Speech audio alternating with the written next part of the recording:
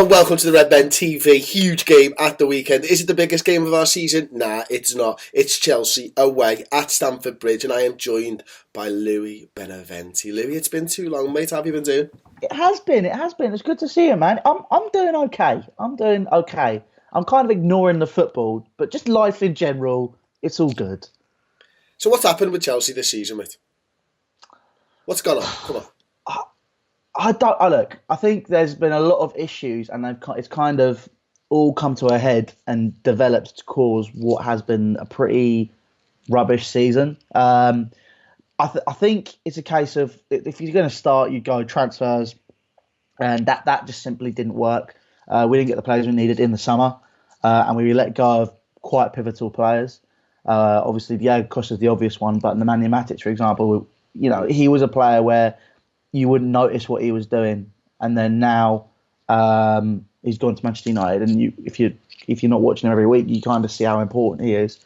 Then obviously you had the internal politics between the board and Conte because he didn't get the transfers. He then are we talking about Lukaku here, or is it a number of players that he didn't get, Louis? Number of players. So he wanted Alex Sandro, he wanted Lukaku, he didn't want to let go of Matt, but he wanted another central midfielder that was top draw, who could work alongside Backyard, kind of help him develop. But then we didn't get that. He wanted the centre half. We didn't want Rudiger, but he wanted like Bonucci. But then we're going to step down again. He wanted another goalkeeper as well. Caballero is a good backup, but he wanted a Butland. He wanted that kind of player as a backup. And it was just constant second choice. There was no, I want Alexandro, and they go, okay, we'll go get Alexandro. It's the prime example is in the January transfer window. He goes, I want to try and go for a big left back again, and they go, okay, we're going to go get a left back who's just come back from an ACL injury and isn't playing regularly for his team. We're going to go and get Zappacosta, who's good for Torino, but he's not top draw. It's stuff like that where it was just a constant.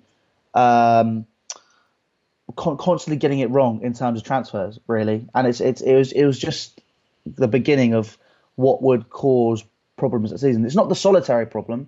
I think, to be fair, when Conte's moaning about it at the beginning of the season, and in January and February, it's fine. But then it's at that point, it just kind of he just doesn't want to be here anymore. Has essentially that seed of doubt grown and manifested itself in loads of different ways now? So it might have started with the transfers, but everything else has kind of gone wrong because Conte's starting to focus on it too much, and the players are like, well, hang on a minute, I've just been brought in and he's essentially saying that I'm not who we wanted, and then all of a sudden it kind of just goes on and on and on, and you've got this big thing, but you'll win the league next year and it'll be absolutely sound, Louis, because that's what Chelsea flipping do. Yeah, well, it is exactly that, but to be honest, we won't. Does it feel more than that now, mate?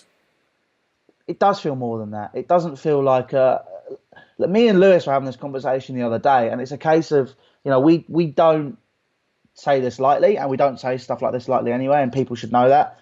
When we were saying that we were going to have a poor season this season, when we were saying Bakker was going to be poor in June, I don't want to say I told you so, but I told you so. So it's kind of stuff like that where you look at that kind of stuff in the developments. This team does not have a spine. It does not have a spine. The players that we have are weak mentally, in my opinion. I don't think we have a leader in that team. I don't think that we have the physical strength. It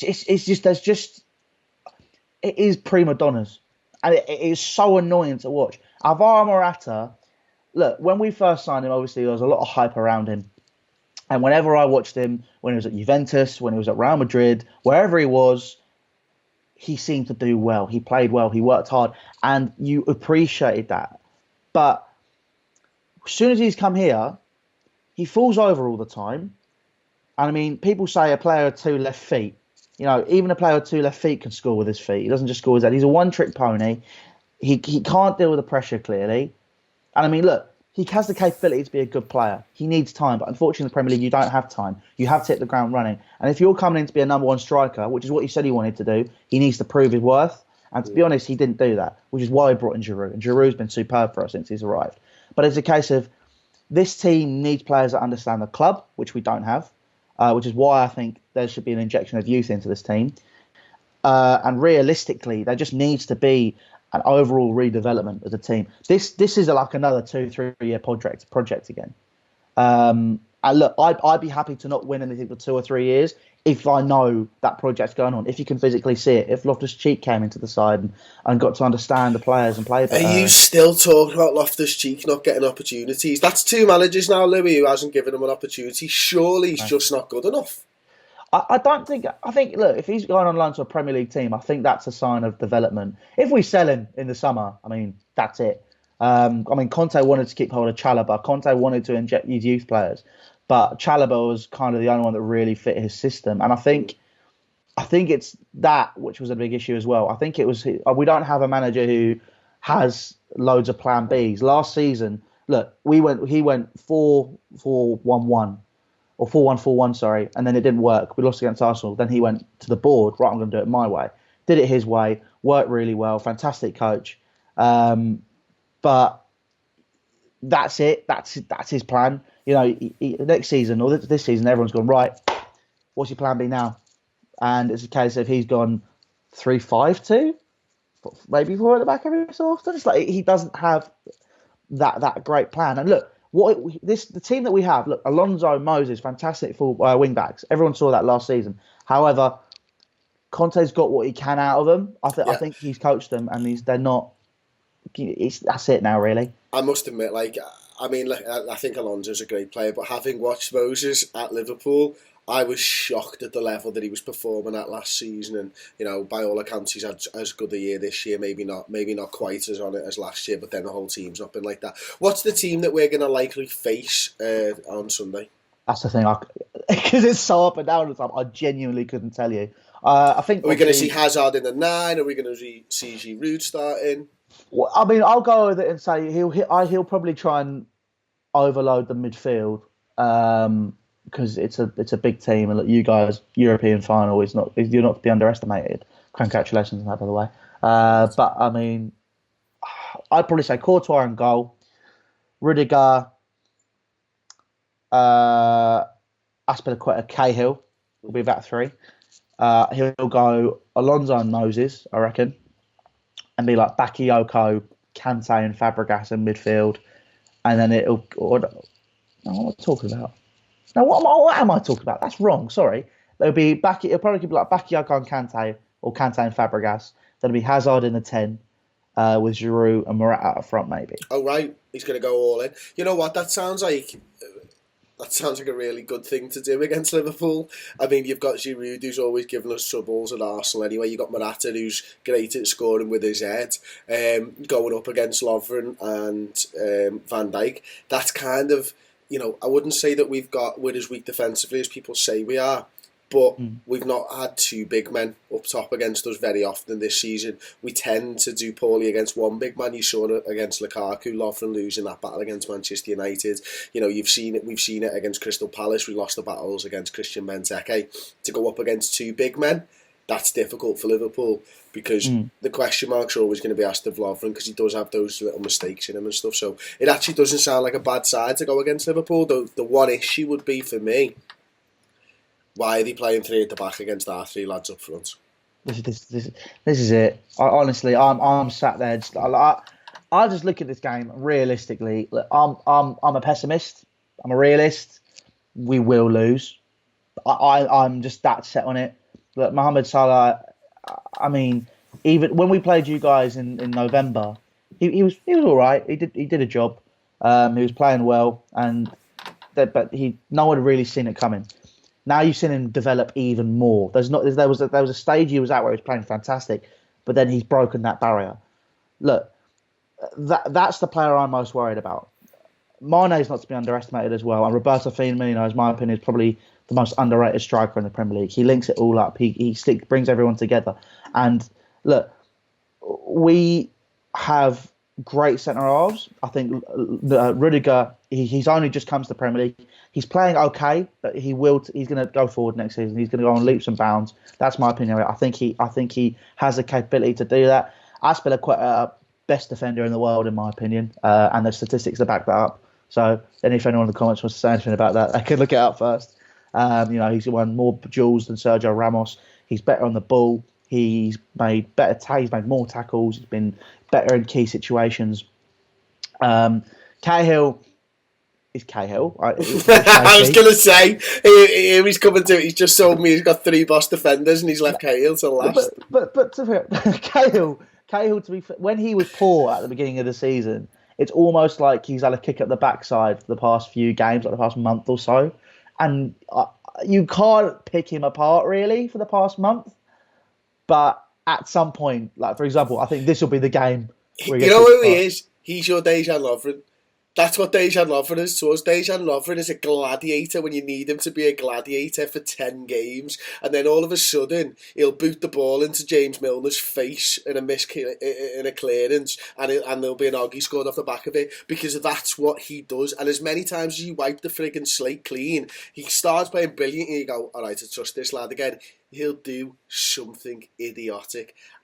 And it's infuriating because you're like, 3 months he's been unbelievable, and now he's just shit his kicks. Why? Why does he have to do this to me? It's stuff like that. I still don't have the most confidence in Gale. For me, I'd want to see Christensen start because he's the modern centre half, but at the same time, he has that taste of the old-fashioned sentinel defender, the old Terry Butcher wrapped around the head. He kind of gets in there, gets stuck in. Yeah, I like it. But it's a case of. I think Cahill, you want leaders. I mean, he's not really a leader, but he knows what it's like to play in these big games and how important this is. Realistically, it's not in our hands anymore. I don't think we're going to get top 4. But look, if we do win this game, if you guys do lose against Brighton, we can go forward and potentially get it. But it's all ifs and buts. It's no guarantees, which is what is slightly worrying.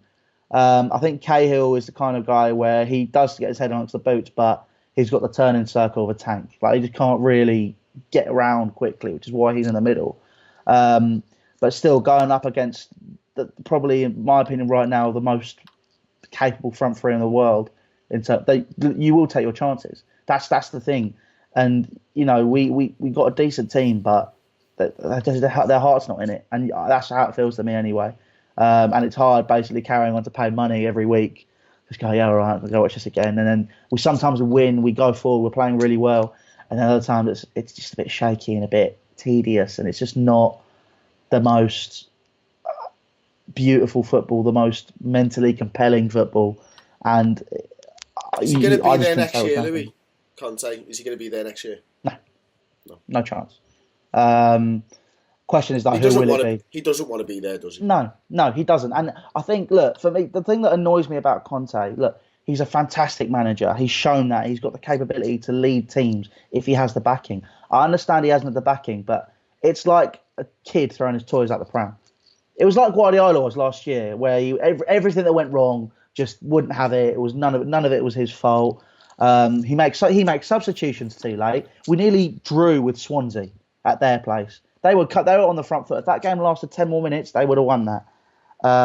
We lost at Swansea 1-0. Yeah, well, I mean, straight after they beat Arsenal at their ground as well. So you know what, mate? We've all had difficult situations this season at Swansea away. It's been a bugger. Yeah, I know it is. But with Conte, it's not just that. I mean, it's like he doesn't have the same aura that he had on the touchline last year. He now just stands there, arms folded, or he sits down and gets a bruv to do it. Correct me if I'm wrong here. I don't watch Chelsea hardly at all, but there was a connection with the fan base last season. There was a connection with him and the team from the sidelines, and this season he doesn't seem to have either. And it's like, well, you built that side last season off screaming and shouting and running up and down the touchline, and the crowd were involved. And this year he's just a bit like, yeah, no, that is it. That is it. I mean, there are still fans that have a connection with him, but it's like it feels like the whole Wenger in, Wenger out mentality sometimes of everyone's pissed off at him, won't say anything, or we're doing okay against the team, everyone starts singing his name again. And it's just like. I mean, it's not. I don't sit on the fence. I'm not gonna sort of say, I'm definitely Conte in or I'm Conte out. And so, but it's like I'm leaning towards. If I was in charge right now, I would have sacked him months ago. and just gone, look, we need just to rebuild again. But look, don't get me wrong, Antonio Conte, amazing for Chelsea. He can be the right fit, but if he doesn't get his way, it kind of impacts on everything else. And it's been a self-destructive season for us. Right, well, Louis, thank you so much for joining us. Just before you go, quick score prediction, mate. Well, I said you're going to beat us. I'm going to say 2-1 Liverpool. Okay. I'm going to go 2-1. I think it'll be difficult for Liverpool, but you know what? Don't forget to check out Louis' channel, of course, 100% Chelsea. I'm being screamed by the kids, if you can hear that now. So we are going to have to go. Yeah, check out 100% Chelsea. They'll be there at the game, doing fan cams from outside. Of course, we'll be at the studio, not being able to make it down to London because, you know, got a trip to Kiev to plan, Louis. So we'll see you next time. Thanks for subscribing. Don't forget, if you've not subscribed before, you can do it now. We're nearly at 250,000 subscribers. Click the subscribe button. Click that notification bell. We'll be live after the game. You'll get a notification. And like the video, Louis. Thanks very much. And I'll see you next time on the Redmen TV.